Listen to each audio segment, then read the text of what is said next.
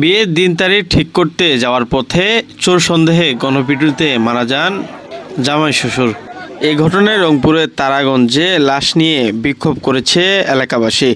রবিবার সন্ধ্যা 6:30টায় রূপলালের লাশ নিয়ে বাড়ি আনার পর তা মহাসড়কের বেলতলী এলাকায় রেখে বিক্ষোভ শুরু করেন এলাকাবাসী। এতে সড়কের দুই ধারে শত শত যানবাহন আটকা পড়ে। বিক্ষোভকারীরা দ্রুত আসামিদের শনাক্ত করে গ্রেপ্তারের দাবি জানান। আইন কেন তারা নিজের হাতে তুলে নিয়েছে? তারাগঞ্জ উপজেলার প্রশাসনিক যিনি কর্মকর্তা এবং প্রশাসন সংশ্লিষ্ট যারা আছেন, তারাগঞ্জ থানার কর্মকর্তাদের দৃষ্টি আকর্ষণ করে বলছি, এই নারকীয় হত্যাকাণ্ড এবং মর্মান্তিক দুর্ঘটনায় জড়িত সকল ব্যক্তিদের অবিলম্বে গ্রেপ্তার করে তদন্ত নিশ্চিত করে দৃষ্টান্তমূলক শাস্তি নিশ্চিত করতে হবে। এদিকে রংপুরের তারাগঞ্জে গণপিটুনিতে জামাই শ্বশুর নিহতের ঘটনায় অজ্ঞাতনামা 700 জনের বিরুদ্ধে মামলা হয়েছে।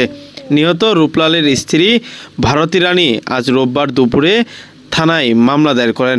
এর আগে গতকাল শনিবার রাতে তারাগঞ্জের সয়াল ইউনিয়নের বড়িরহাট বটতলা এলাকায় গণপিটুনিতে রূপলাল দাস ও প্রদীপ দাস নিহত হন। সম্পর্কে তারা ভাগ্নি জামাই শ্বশুর হন।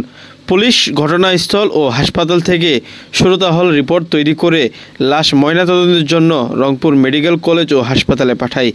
এরপর আজ সন্ধ্যায় 6:30টায় রূপলালের লাশ নিয়ে বাড়িতে আনার পর মহাসড়কের বেলতলী এলাকায় রেখে বিক্ষোভ শুরু করে এলাকাবাসী।